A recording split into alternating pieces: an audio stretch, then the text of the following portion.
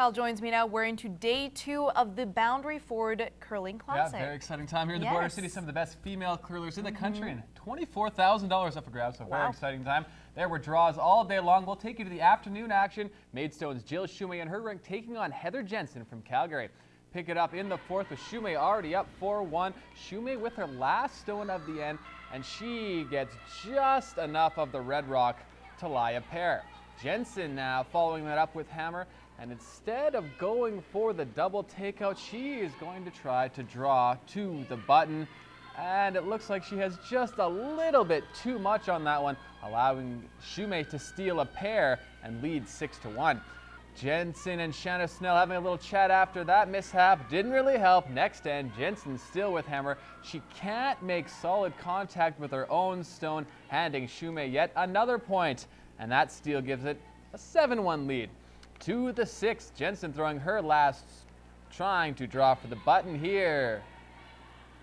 Bullseye. Great shot by her, but it wouldn't matter. It is handshake time after that. Team Shumay goes on to win this one 7-2.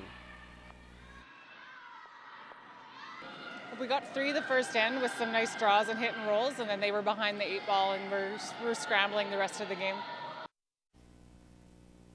Shumay got right back at it. Her rink is currently taking on Brett Barber's team from Bigger, Saskatchewan. At last update, it is 5-4 for Barber in the 7th.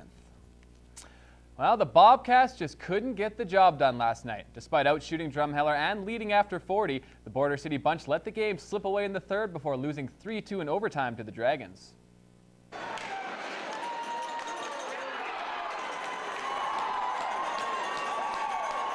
Hunter Mills scored his 2nd of the game in OT to put this one to bed. Mills also tied things up with a shorthanded marker midway through the 3rd. On the Lloyd side of things, Tanner Dunkel led the way with a goal and a helper, giving him 27 points in 31 games this season. After the game, head coach Garry VanHereweghe says the Bobcats didn't match Drumheller's intensity and the players refused to go to the tough areas on the ice. So the roller coaster ride of a season continues. We definitely have had our ups and downs, all year long, and early in the year you could say that maybe part of that is we are a younger team, we made a lot of moves, but we're 31 games into the season, and we've played every team in this league at some point. We know what you got to do to win, and we're just not prepared at this point right now to do it.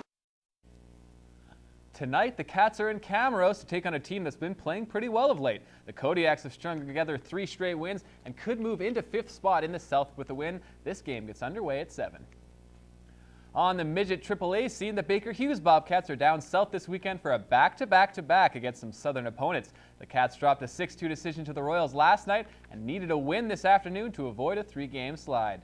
2 goals from the team's leading point getter Mason Shaw powered the Cats to a 4-3 win.